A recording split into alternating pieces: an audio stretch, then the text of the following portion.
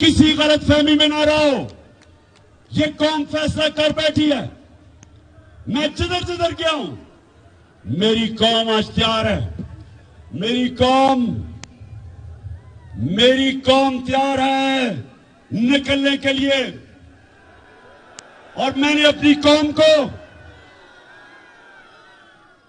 सारी कौम को बताया कि मेरी कॉल की इंतजार करो। कप्तान अब एक ऐसी प्लानिंग कर रहा है। 25 मई को हमने जब 25 मई को एक पुरअमन एहतजाज के लिए इस्लामाबाद निकले तो इन्होंने हमारे ऊपर जुल्म किया और तशद्दुद किया।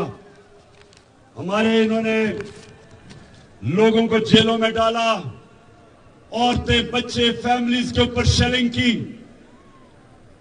इन्होंने रात के 2-2 बजे तक, रात के अंधेरे में घरों के अंदर घुस गए। पंजाब में हमारे वर्कर्स को पकड़ के ले गए, ख्वातीन को, बच्चों को डराया।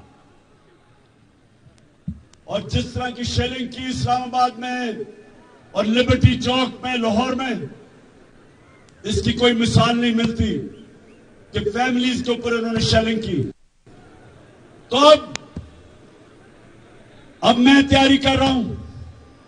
मेरा प्लान है, वो जो मुजरिम कातिल राना सनाउल्लाह, उसका भी प्लान है, और शहबाज शरीफ का भी, और मेरा भी प्लान है। और इंशाल्लाह आप ये देखेंगे कि ये जो अब हमारी वारदात होगी इस्लामाबाद पे, ये आखिरी होगी और फैसला कौन होगी। लेकिन मेरे नौजवानों जरा सुने, क्योंकि मेरी कौम गैरतमंद है, मेरे लोग तकड़े हैं, हमारी कौम ताकतवर है। हमारे लोग अल्लाह में मानने वाले हैं। हमारे वो लोग हैं, हर मुश्किल वक्त पे कौम खड़ी हो जाती है।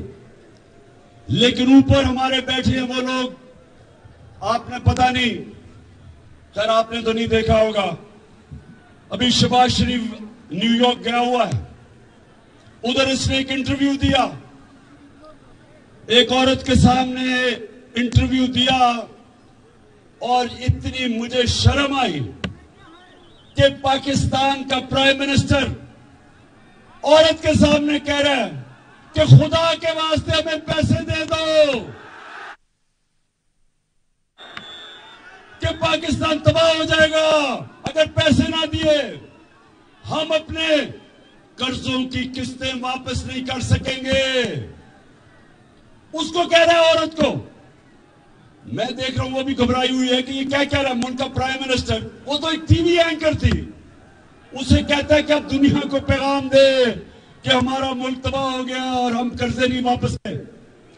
मैं इसलिए अपनी कौम के सामने आज ये भी कहना चाहता हूं कि देखें,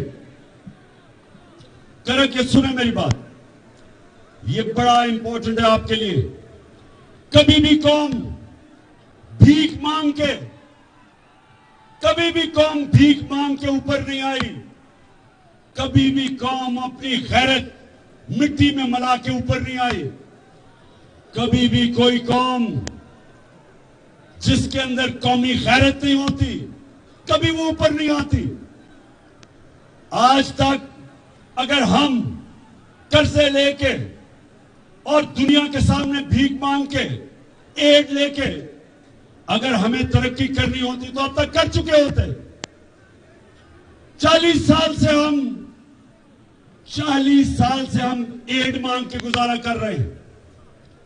जब अफगान जहाद हुई तो जब पाकिस्तान ने उनकी मदद की, या पाकिस्तान ने कहा कि हम जहाद में शिरकत करते हैं, तो ये याद रखें कि हमारे तब सरबराह ने पैसे मांगे कि हमें पैसे कितना दोगे।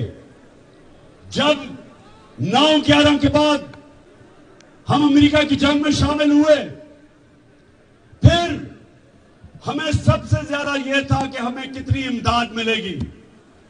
डॉलरों के पीछे हमने सिर्फ इसलिए कि हमने अपने मुल्क को ठीक नहीं किया और पैर पे नहीं खड़ा किया, हम अपनी फॉरेन पॉलिसी अपने बजाय लोगों की बेहतरी के लिए हम दूसरों के लिए बनाते थे ताकि डॉलर मिल जाए, इमदाद मिल जाए।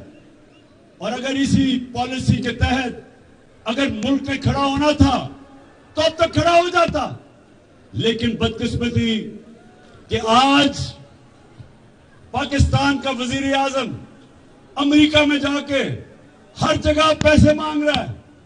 खुदा के वास्ते पैसा दे दो। वो है वो वाला कि मैं भीख मांगने नहीं आया। मैं सऊदी अरब से होके आया हूँ, मैं यूएई के होके, अभी मैं तुर्की होके आया हूँ। और मैंने उन भाइयों को कहा कि आप हमारे बड़े अजीम भाई हैं, हमेशा आपने हमारी मदद की। और मैंने यही कहा जब मैं आया हूँ तो आप समझे, आप मांगने आया मैं नहीं आया, लेकिन मजबूरी है। जिस तरह माजी में 75 साल में आपने हमारा हाथ बटाया है, कुछ अर्सा आप हाथ बटा। मैंने कहा मैं वादा करता हूं कि इंशाअल्लाह हम पूरी कौम हम मिलकर दिन रात मेहनत करेंगे, पसीना गराएंगे, अपने पांव पे खड़े।